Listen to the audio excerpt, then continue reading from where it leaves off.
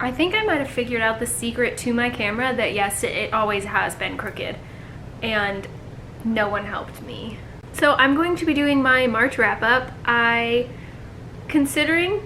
think read a lot in March. It's like 13 or 14 books, but considering the fact that I did a readathon in March and also work at an essential store during a shutdown, I read a lot.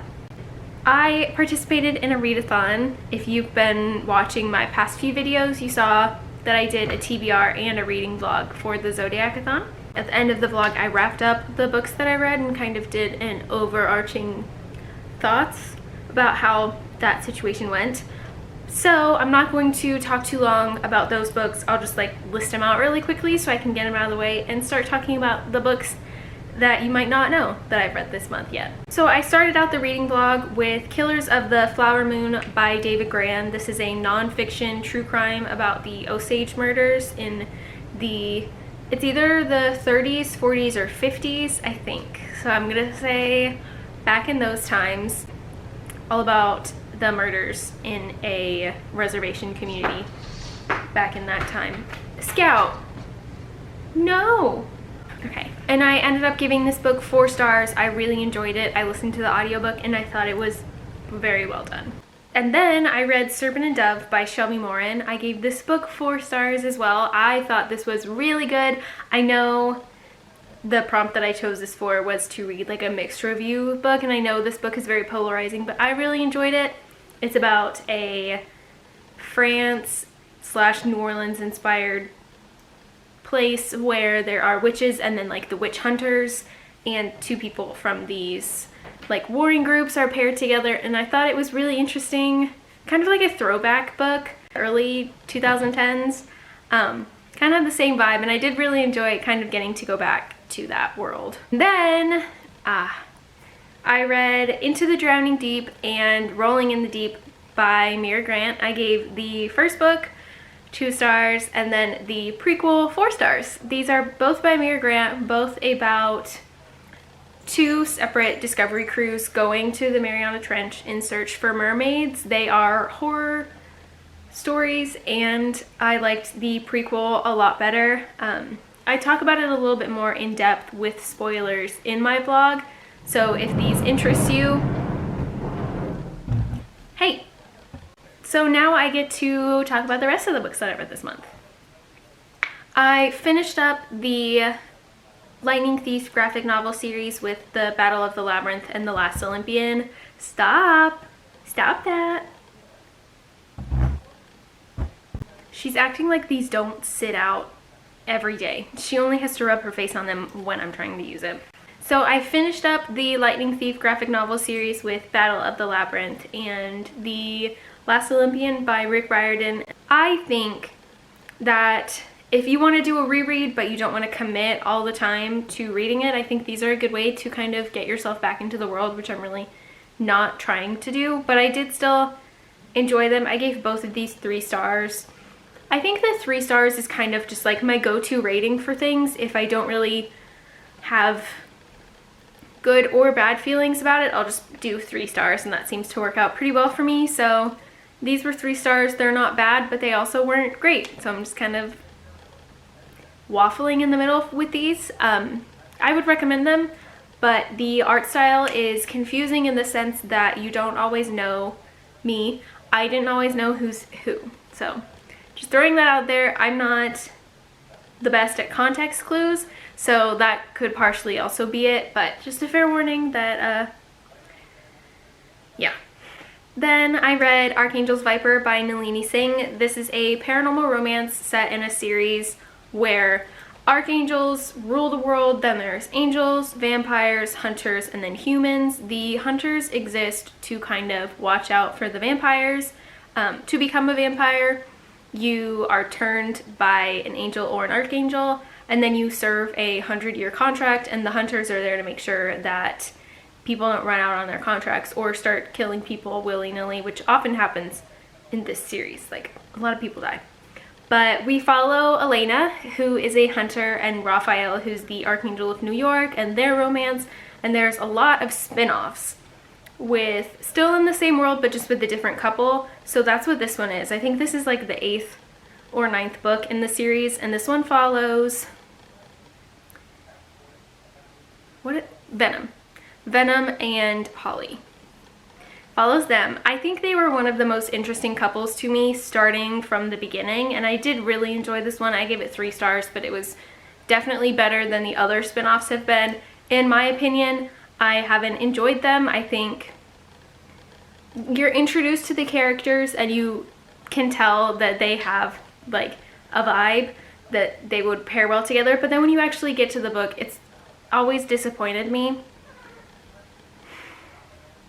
Scout says yes. So I would say this is on the highest as far as the like 3 or 4 spin-offs have been for me. I feel like I can't dedicate too much brain space to this next book. So I read The Fix Up by Kendall Ryan. This is bad. I gave it 1 star. We start off the book with the main male lead getting a blowjob. Never see this woman again, which is fine, but also that's the first paragraph of the book. So it's starting it off very special. The premise of this book is the main male lead has to get married in order to get his inheritance from his uncle. Why are you staring at me? Okay. Has to get married in order to get his inheritance from his uncle. And our female lead is friends with him, and somehow she gets hired to find him a wife, but then they end up falling in love, and it is the blandest, most boring love story in like that I think I've read, and it's just so boring. So, and then I read Hideaway by Penelope Douglas, and I gave this one 1 star. I don't know if I want to change my review, but I don't know if it's just because I went from the first one, second one, and I just read the third one, and I did really enjoy the third one, but I didn't really enjoy this one. So this is the second book in the Devil's Night series by Penelope Douglas. It follows 4 guys who kind of wreak havoc on their town the night before Halloween, but one day this kind of catches up with 3 of the 4. They are sent to jail, and then when they get out, they decide to take revenge on all the women that they think sent them there.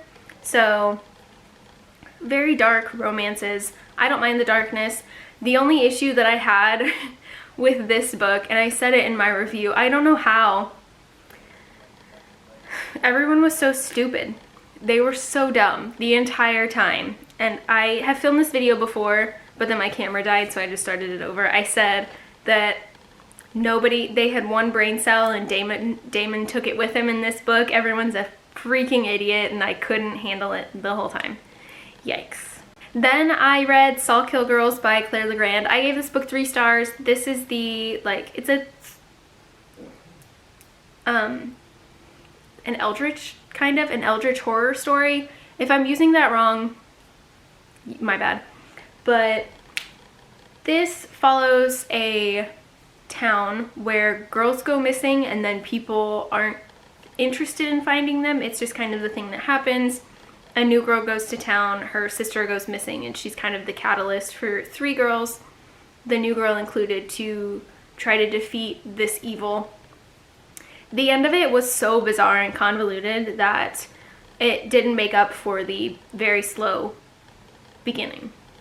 I think this is supposed to be scary, and I really didn't get that. I didn't figure out the hack with Libby where you can listen to books on 3 times speed until after I finished this book. I think it would have served me a whole lot better if I could have listened to this book faster or have read it with my own eyes, because then I could skim could have gotten done with this book a lot faster. Next up is Highland Crowned by May McGoldrick. I gave this book 2 stars. This is a historical romance set in Scotland about the time of the Revolution. Scout just ran at me. Hi. And it follows the surgeon widow of a rebel in London and a ship's... I'm just watching Scout be very... What are you doing?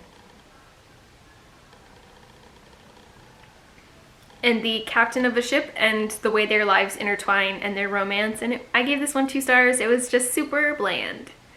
I think honestly that if I'm going for historical romance, I really don't gravitate towards this time.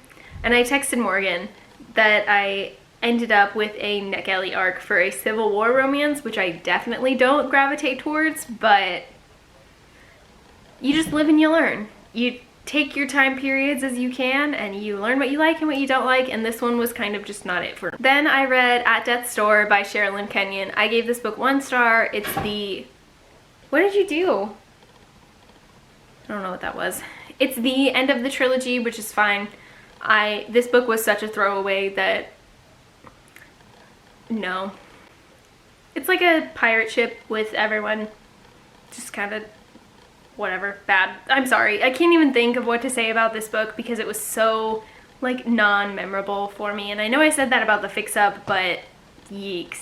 I would say this one and then the fix-up, not much closer.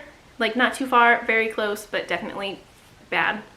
And then the last thing that I read for March was The Silent Patient by Alex Michaelides. I ended up giving this book 3 stars, not because I didn't enjoy it, but I think just because it was middle of the road for me. I read this, I think, super late. I was super late reading this. I knew all the spoilers going into it. However, I didn't remember immediately. It kind of took me a while to remember, and then I got to see everything fall into the place, so that was pretty interesting. I kind of thrive off of spoilers, so they don't tend to bug me, but I do think it kind of colored the way that I read this. This is a thriller about a woman who is an artist, and she kills her husband, and instead of being charged for his murder and sent to prison, she is declared insane and sent to a mental hospital. And it's 6 years after the murder, and there's a new therapist coming to kind of get her to talk and figure stuff out. This won, right, the Goodreads Award. I do think it was good. Maybe if I hadn't known what was going to happen, I would have rated it a lot higher, but it's good. My mom's book club is going to read this, I think, in June, so I might join the book club just to talk about it. I think it's fun. I don't have, like, good thoughts, but I do like to talk about stuff, so that's where we're at. That was everything that I read in March. An interesting month for me, for sure. I think for a lot of people. Tell me how your month went. All I've been doing is going to work. I'm having a terrible time. Yeah. Okay, I will see you guys next time. I hope you have a good... What month is it? April? Have a good April. I'll see you later.